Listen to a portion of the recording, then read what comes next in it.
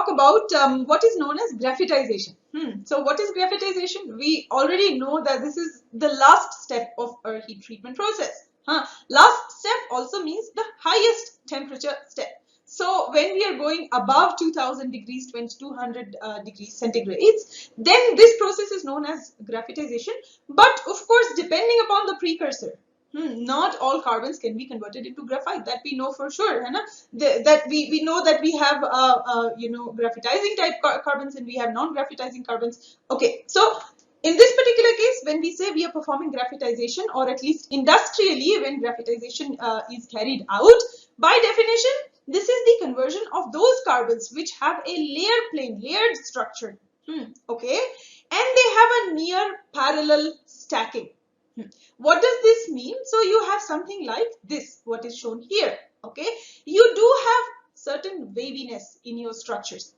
So this is, for example, if you if you do pyrolysis of a gaseous hydrocarbon and you deposit layers which you would call graphene layers, but these layers are not perfect. They do have certain waviness. They do have certain defects, and they are randomly organized on top of each other. They are still turbostratic. So when I further heat treat this kind of material, then what I get is this A crystal arrangement where you have 0.335 nanometer as the layer spacing or the D spacing between the planes. Okay, so this is basically what we are talking about. We know that we also have non-graphitizing carbons. Can you perform graphitization process for non-graphitizing carbons? This is an interesting question because often when people are heating non-graphitizing carbons up to let's say above 2200 degrees centigrade, they also call that process graphitization process. Well, in the case of non-graphitizing carbons, you do have randomly oriented graphite-like crystallites occasionally, or they are turbostratic crystallites, and if you increase the temperature, especially when you go to very high temperatures, you will definitely get some improvement in the stacking. You will also get some improvement, some increase in the La, the crystallite diameter, and you will also get some decrease in the Lc, as you can you can also observe in the X-ray diffraction analyses. But that does not mean they will convert into graphite. So whether or not you should call it a graphitization process, this is it's debated. The point is that whenever we are heating any type of carbon material above 2200 degrees centigrade generally, industrially that process is known as graphitization. Or if you buy a furnace, then they will say this is a graphitization furnace. They don't care if you if you're using non-graphitizing or graphitizing carbon inside it. And that is why typically this kind of heat treatment is known as graphitization. However, fundamentally, you need to understand that non-graphitizing carbons also have these curved carbon structures. They also have these, completely spherical fullerene-like structures, like one of them I have shown here. And that is why don't expect that you will get something like this, something like, these perfect graphite crystallites or polycrystalline graphite. That's not happening. What you're going to get, however, is definitely some improvement in the graphitic content as you keep on increasing the temperature. But there is a limit after which you will not get complete graphite. Okay, so this is the graphitization process that we are going to talk about. How do we do that? This is the process we are going to talk about. We perform the heat treatment. What happens during this heat treatment is important to us. So now let's forget about pyrolysis. Forget about the fact that you had non-carbon atoms in your material. Now your starting material itself is basically this graphitizing carbon. So if during your heat treatment you start your graphitization process starts after 2000 degrees. So whatever happened before 2000, now that's we don't think about that. That is important because that is what decided the structure of our raw material. But our raw material is now, that does not contain any non-carbon atoms. This is what we need to assume. Okay, so now what is going to happen to this raw material is that you are going to get graphite, which means that these turbostratic sheets, which have more than 0.335 nanometer spacing between them, they need to somehow come closer, and then we need to get to the level which is graphite crystallite. Okay, so yeah. When we start, for example, if we start with coke, so again there are two types of things here. One is the solid or liquid hydrocarbon, so heavy hydrocarbon, or one is the gaseous hydrocarbon, where we, from which we get pyrolytic carbon, which, is the graphene-like carbon. Okay. So let's first talk about the coke-like carbons or coke-like raw materials. So solid raw materials. Okay. What happens is we do this solid phase pyrolysis and we reach, we get our graphitizing carbon. What is important is now the process becomes more kinetic rather than thermodynamic. So what does this actually mean? That does not mean that you can perform the process at room temperature. This is still a thermally activated process with a very high activation energy, and that is why you need to provide this, these very high temperatures, because that is the activation energy of your process. However, how much graphitization you will get, that depends on the time for which you are carbonizing or graphitizing your material. So you can keep your material at 2500 degrees centigrade for 5 minutes, 15 minutes, or 5 hours. That will also make a lot of difference. So now graphitization is a thermally activated kinetic process. Okay, so this is important. Okay, whenever we want to understand any kinetic process, then what do we need? Also, again, I will say that you go back to this graphite diamond conversion class. Whenever we are doing kinetic measurement, then we need to basically know everything about that reaction. What happens at different time points? What are the byproducts that are forming at different time points? But that is so there is a fundamentally slightly different way of calculating these things for graphitization, because our actually we are not thinking in terms of reactions. We are not thinking in terms of byproducts anymore. We don't have any byproducts, so to say. In fact, what is happening is we have our carbon material with a lot of turbostratic sheets. What we are doing at this point is basically a defect annealing process. So we are not, so don't think in terms of traditional reactions where you have reactants and byproducts and we know everything about the rate of the reaction according to this. No, now what we are doing is, what is important, the parameters that we are going to measure is LA and LC, how much your LA increased and how much your LC decreased. This is what will decide what is your, the kinetics of this reaction. Okay, because there is no concept of reactants and products at this point. Okay, now in order to understand this, so you can measure it. You can measure the increase in LA, decrease in LC. How do you do that? Well, most common technique is X-ray diffraction. There may be also, you can measure the properties of your the material that you have at that point. You can also do some in situ measurements and so on. Most common still remains X-ray diffraction techniques. Okay, now when you perform X-ray diffraction, then there is a certain parameter that is what you calculate. This is known as the degree of graphitization. Now the term degree of graphitization, what does this mean? There is this expression that I have written here, 3.44 minus d dash. D dash is whatever you're calculating at that given point.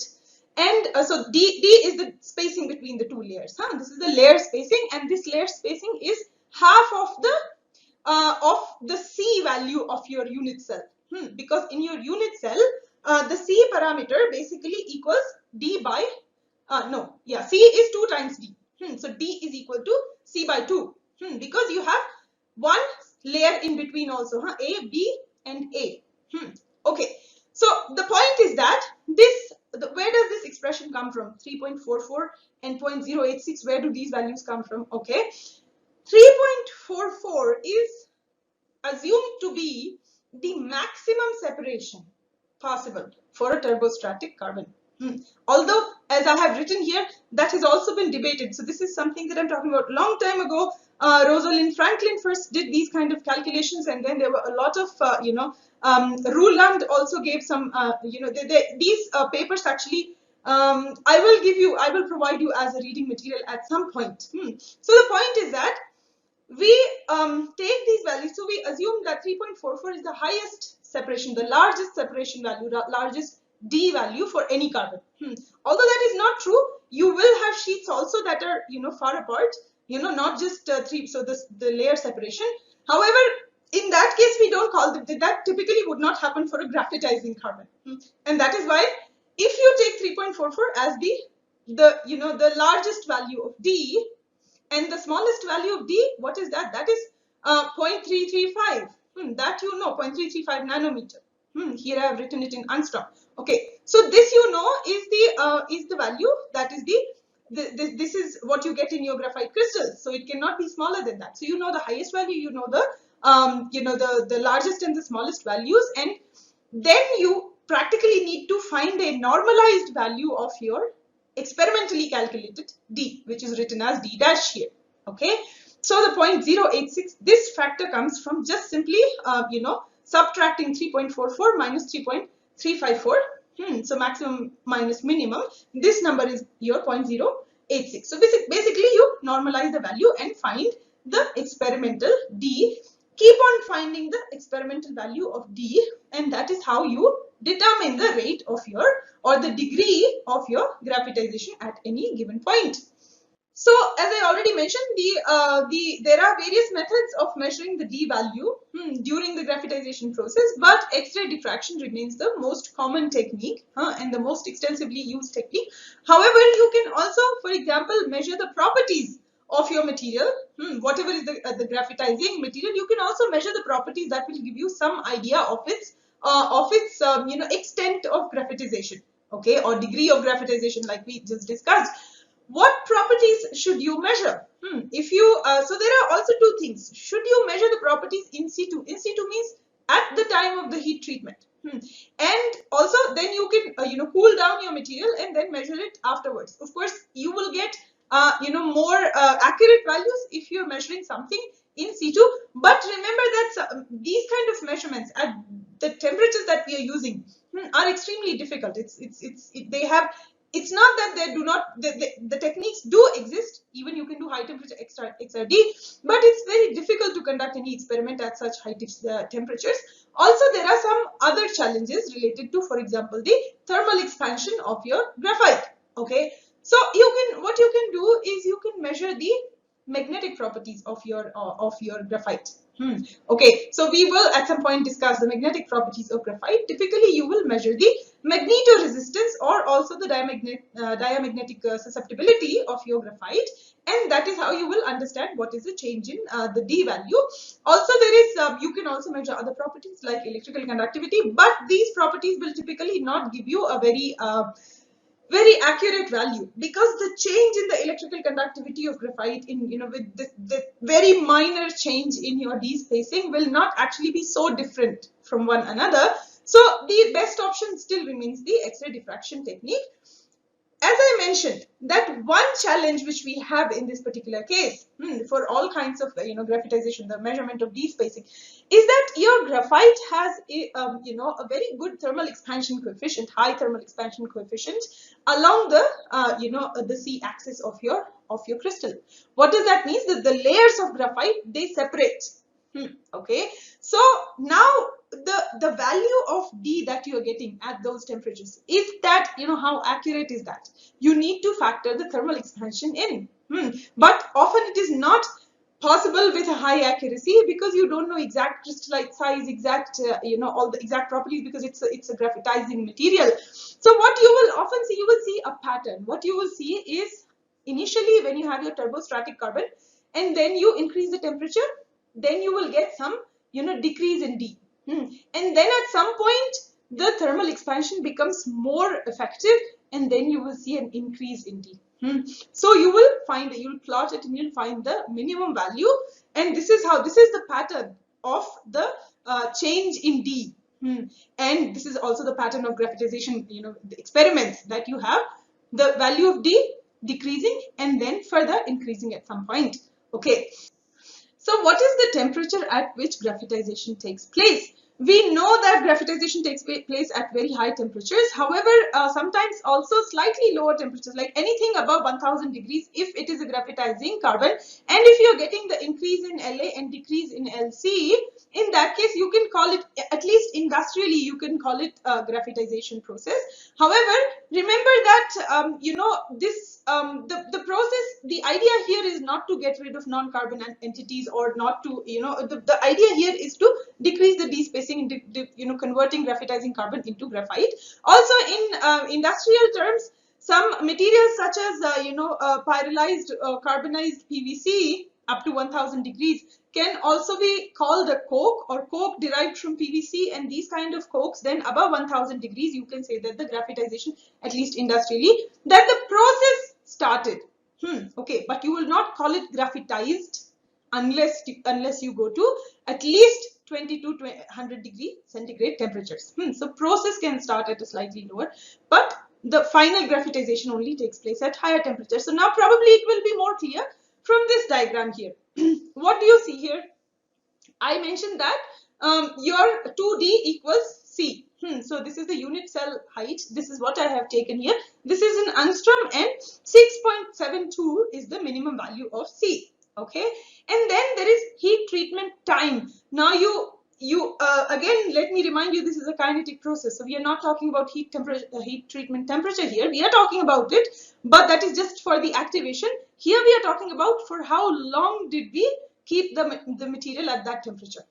So this is the heat treatment time, okay, in minutes. And now you see here, for this is an example of petroleum coke, the graphitization of petroleum coke, and these are the different temperature values. So starting from 2200 degrees centigrade all the way to 2900 degrees centigrade.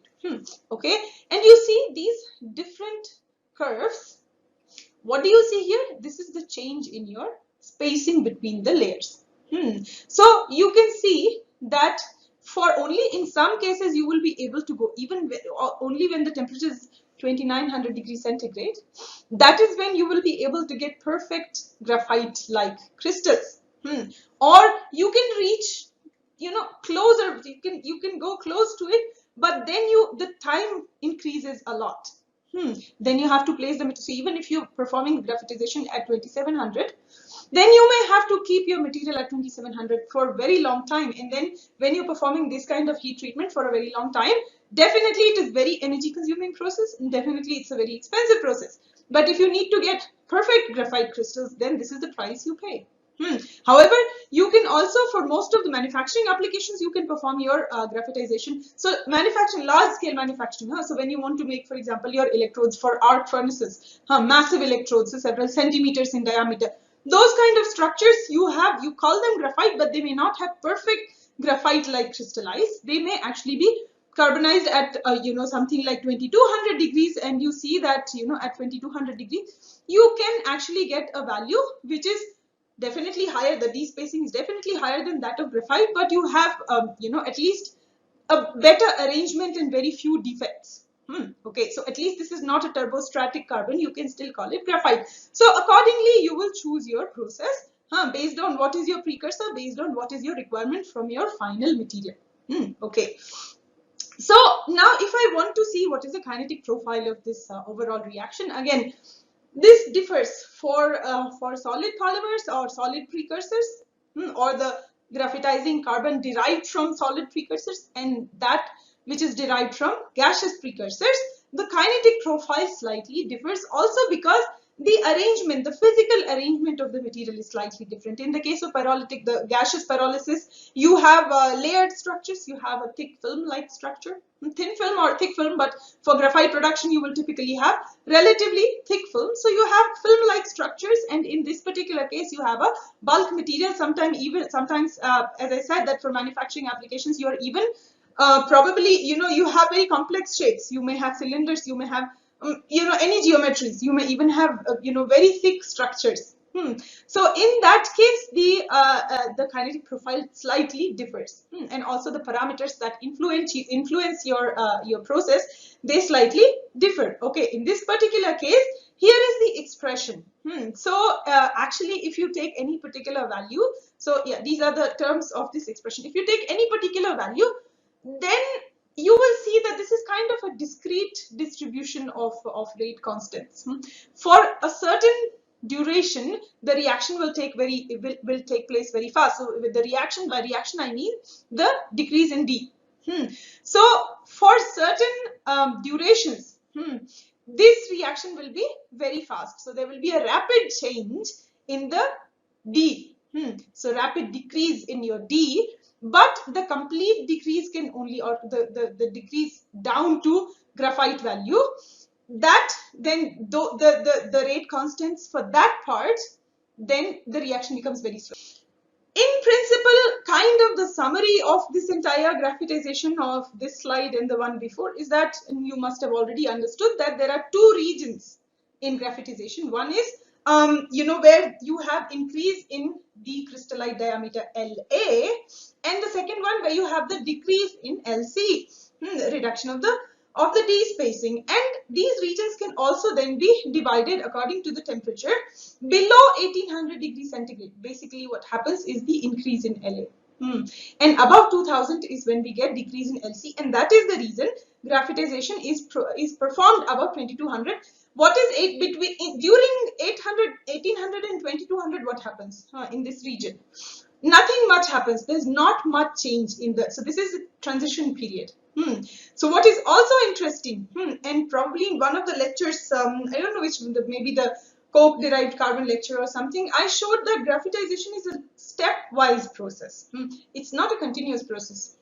You will actually never hear that in a certain company or somebody is making graphite or any type of carbon for that matter, at 1900. Or at 1300 even for that matter. You either have these graphitization or carbonization temperature 900, 1000, or you go to something like 1500, 1600, or you then generally would go to very high temperatures. Then you will go to 2200, because that's when so below 1800, 1500 to 1800, you will pretty much have the same properties. Between 1800 and 2200, pretty much the same properties. So then why would you spend energy to, if the properties are not going to change very much? So graphitization, in fact, the entire carbonization or heat treatment that we perform, these are stepwise processes, and rather than, being continuous. Okay, so now if we again take the example of the pyrolytic carbon from our gaseous precursors. So why we are taking this example? Because this process is relatively simple to explain. Also in terms of the carbon, the orientation of carbon, how you have these carbons spread in the form of a thick film. They also have a better orientation. That typically they are all on top. So these are these graphene-like carbons, right? They are stacked on top of each other. They are layered structures. They do have waviness. They do have defects, but at the same time, they are relatively all of the same size. Not exactly the same size, but the size distribution of these flakes is also within a measurable range, and that is why these are easier materials to talk about. In the case of needle coke or a PVC derived graphite, you will have all these randomly oriented your needle coke particles, for example, and that is why even though you do get graphitization, but it is more complex. The mechanism is or at least the explanation is a little more complex. So let's take an example of, again, methane derived carbon. Okay, you get something like this. You have a certain D spacing, and what do you want? You want something like this, which also something similar we also learned during HOPG formation. You know that what do we want? You ultimately, for making HOPG highly oriented, you need less than 1 degree of mosaic angle between these different sort of tiles of graphite. Okay, what is the value of the average value of D spacing in this methane derived carbon? It's typically approximately 3.42 angstrom. So if you remember from when we were calculating the degree of graphitization, we said that 3.44 is the maximum value that we have in these kind of carbons. That was typically based on these gaseous pyrolytic hydrocarbons. That in these particular cases, 3.44 is generally the maximum value of the spacing. Okay, in the case of methane derived carbon, 3.42 is what we get. Okay, and now what we do is we need to further anneal it. So I showed you during HOPG formation, we can also perform hot pressing, because then there is also certain pressure on your material. But depending upon the quantity of the material, depending upon how large, how extensive is your sheet, you can also just simply perform thermal annealing. Then you can also, of course, perform it under higher pressure, hydrostatic pressure in that case. Okay, so you take this kind of pyrolytic carbon and then you anneal it out, or you perform the graphitization at the temperatures higher than 24 degrees centigrade. So now from the previous also the curve that I showed to you, or the plot with a lot of curves. Okay, the point is that you can perform the graphitization at 2200, 2400, 2600, 2900. That depends on exactly what is the final value of the despacing that you're looking for. Okay, so fine, we perform this heat treatment, and now what happens during this heat treatment? Yes, we do carbonize it for a long, we graphitize it for a long time, and then we get graphite crystals. But there are also certain process parameters that will influence this this graphitization reaction. Number one, what is happening at this time is the diffusion of voids. So this graphitization process is primarily a defect annealing process.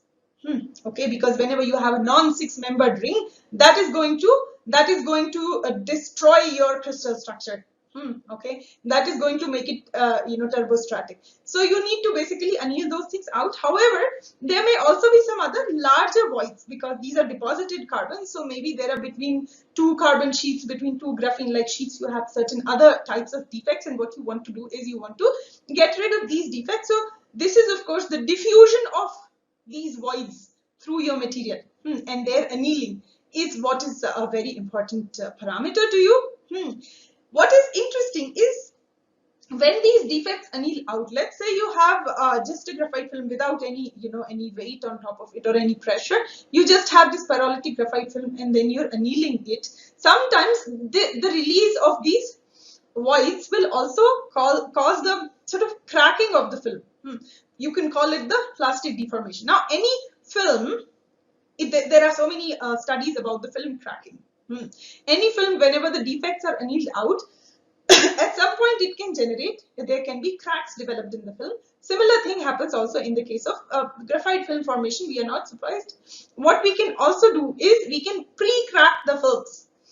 In that way, you can have the defects annealing out rather easily, because we also provide more surface area for the defects to anneal out. So sort of you can pre-crack the films at the right places. So you can induce plastic deformation in your graphitizing carbon, and that is how you can actually also increase the rate of graphitization, because you are allowing the defects to. So here with the red arrows, I have shown that you can actually kind of already cut your films in a film into pieces. Okay, now what else will influence the process? Pressure, for sure. So, and that is why we do hot pressing also. You can also use just hydrostatic pressure, as I mentioned. This will favor the process, because obviously you are trying to get less despacing. So if you press the material and if you increase the pressure, that is going to also increase the or accelerate your graphitization process. What else? If you know about CVD, or when you learn about CVD, you will know that catalysts make a lot of difference. But this was not this during CVD. It's not that only at the time of CVD we thought of catalyst. This is something that has already been investigated for also bulk graphite production. So not just catalytic substrates, but also the addition of catalytic particles, which nowadays are nanoparticles, but also they could be microscale particles. Powder of your metal, which is typically a transition metal, could be used as a catalyst for improving the graphitization process. And the mechanism of this kind of graphitization, or why does it increase the graphitization process, is the fact that there is certain carbide formation. And when these metal carbides, when these particles now move through the metal, your let's say your catalytic particles, this carbide actually precipitates graphite, or it increases the formation of graphite. So this, at the end, you will have to get rid of your metal particles, but catalysts also make a lot of difference. And then this is why these are the parameters that can be used for improving the rate of graphitization. Okay.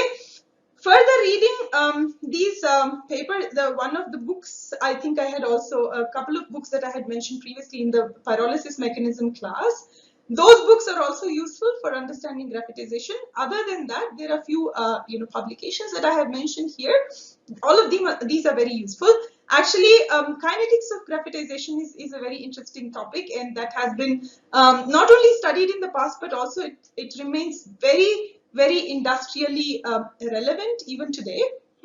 So you can find more literature as you like.